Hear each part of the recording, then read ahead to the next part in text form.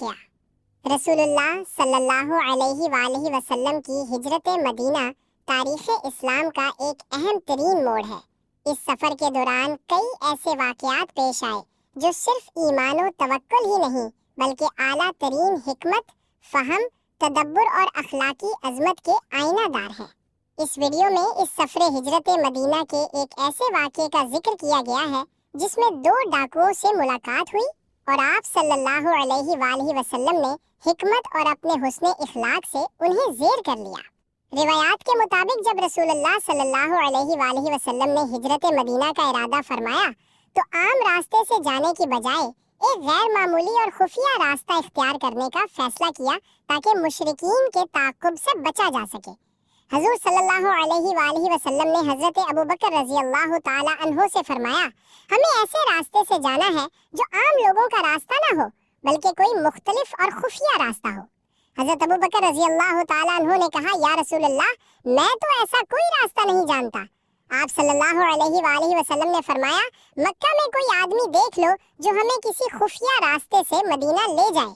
मक्कतुल मुकर्रमा में अब्दुल मन्नाफ के कबीले का एक नौजवान था, उसका नाम अब्दुल्ला बिन उरैकत था। अम्मी आयशा रज़ी अल्लाह ताला अन्हा फरमाती हैं, वो अमानतदार तो था मगर मुशरिक भी था। हज़रत अबू बकर रज़ी अल्लाह ताला अन्हो ने उससे बात की कि हमें किसी खुफिया रास्ते से मदीना जाना है, क्या तुम ले जाओगे? उसने कहा, हाँ ले जाऊंगा, लेकिन कुछ मुआवजा लूंगा और एक शर्त भी है। रास्ते में गार आता है, वहाँ दो डाकू रहते हैं, मेरा उनसे मामला तय है। वो मुझे कुछ नहीं कहते लेकिन मेरे साथियों को नुकसान पहुँचाते हैं, उनको पकड़ लेते हैं, मारते हैं, कत्ल भी कर देते हैं, सारा सामान छीन लेते हैं, इसलिए वहाँ आपको खुद मामला संभालना पड़ेगा। बहरहाल सफर हिजरत मदीना शुरू हुआ। रास्ता बहुत दुश्वार गुजार था। रास्ते में वो गार आ गया। नौजवान ने कहा, मैं तो जा रहा हूँ, आप गार के दूसरे सिरे पर आ जाना, मैं वहाँ आपका इंतजार करूंगा। ये कहकर वो आगे चला गया। डाकुओं ने उसे कुछ न कहा क्योंकि मामला पहले से तय था। जब रसूलुल्लाह सल्लल्लाहु अलैहि वसल्लम उस गार के करीब पहुंचे तो वो डाकू तलवारें लेकर आ गए और सामान तलब किया। उस वक्त आप सल्लल्लाहु अलैहि वसल्लम ने निहायत हिकमत से उनसे उनके नाम पूछे। उन्होंने जवाब दिया, हम मुहानान यानी हकीर लोग हैं। आप सल्लल्लाहु अलैहि वसल्लम ने फौरन फरमाया, नहीं नहीं, तुम तो मुकरमान यानी इज्जत वाले हो। ये हिकमत भरा जुमला सुनकर दोनों की तबीयत बदल गई, दोनों नरम पड़ गई। दोनों ने तलवारें पीछे कर ली और कहने लगे, हुजूर आइए, हमारे घर आइए, हमें मेहमान नवाजी का मौका दीजिए। दोनों ने हुजूर सल्लल्लाहु अलैहि वसल्लम की मेहमान नवाजी की और कहने लगे, कभी किसी ने हमें इज्जत से मुखातिब नहीं किया, आज पहली बार किसी ने हमें मुकरमान यानी इज्जतदार कहा है। यही है हिकमत। अगर किसी को माँ कहूँ तो कितना प्यार आता है, लेकिन अगर यूं कहो मेरे बाप की बीवी तो कितना बुरा लगता है। दोनों हकीकतन एक ही शख्सियत है मगर अंदाज़े बयान का फर्क है। इन दोनों डाकुओं ने हुजूर सल्लल्लाहु अलैहि वसल्लम का बड़ा इकराम किया और वो नौजवान जो साथ था वो भी देखता रहा। फिर हुजूर सल्लल्लाहु अलैहि वसल्लम ने इन दोनों को इस्लाम की दावत दी। फरमाया, मैं अल्लाह का नबी हूँ, मदीना जा रहा हूँ, जब कभी वक्त मिले तो मदीना आ जाना। उन्होंने कहा, जरूर आएंगे। फिर इन दोनों डाकुओं ने हुजूर सल्लल्लाहु अलैहि वसल्लम का सामान उठाया और उस नौजवान से कहा, तुम भी सामान उठाओ। इन दोनों डाकुओं को मालूम नहीं था कि वो लड़का भी हुजूर सल्लल्लाहु अलैहि वसल्लम के साथ है।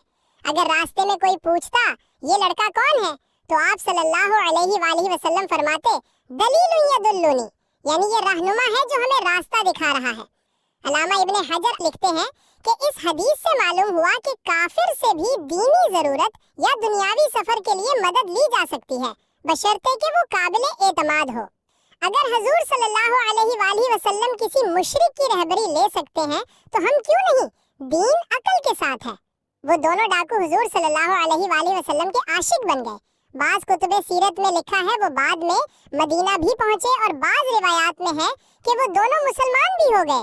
हुजूर अकरम सल्लल्लाहु अलैहि वसल्लम की हिजरत के रास्ते में पेश आने वाला ये वाकया हो या इससे मिलते जुलते दीगर वाकयात, ये सब हमें ये सिखाते हैं कि दावत दीन का सबसे मुअस्सर हथियार हिकमत और खुश अखलाकी है। अल्लाह ताला सूरतुल नहल आयत नंबर 125 में इरशाद फरमाते हैं, अपने रब की राह की तरफ दावत दो हिकमत और उम्दा नसीहत के साथ। और सूरतुल बकरा आयत नंबर 269 में फरमाया, जिसे हिकमत अता की गई उसे बहुत बड़ी खैर दी गई। हर काम और बात हिकमत के साथ करना चाहिए। घर में बीवी बच्चों के साथ, शरीके हयात के साथ, कारोबार के साथी के साथ, रिश्तेदारों के साथ, हर जगह हिकमत और मोहब्बत की ज़बान इस्तेमाल की जाए तो रिश्ते मजबूत होते हैं। तल्ख से तल्ख शख्स के साथ भी अगर खैर का पहलू निकाल कर बात की जाए तो दिल बदल सकते हैं। हिकमत, दानाई और इज्जत देने वाला तर्ज अमल दुश्मन को भी दोस्त बना सकता है। कुरान फरमाता है, फ़इज़ल्लज़ी बैनका व बैनहु अदावतुन कअन्नहु वलियुन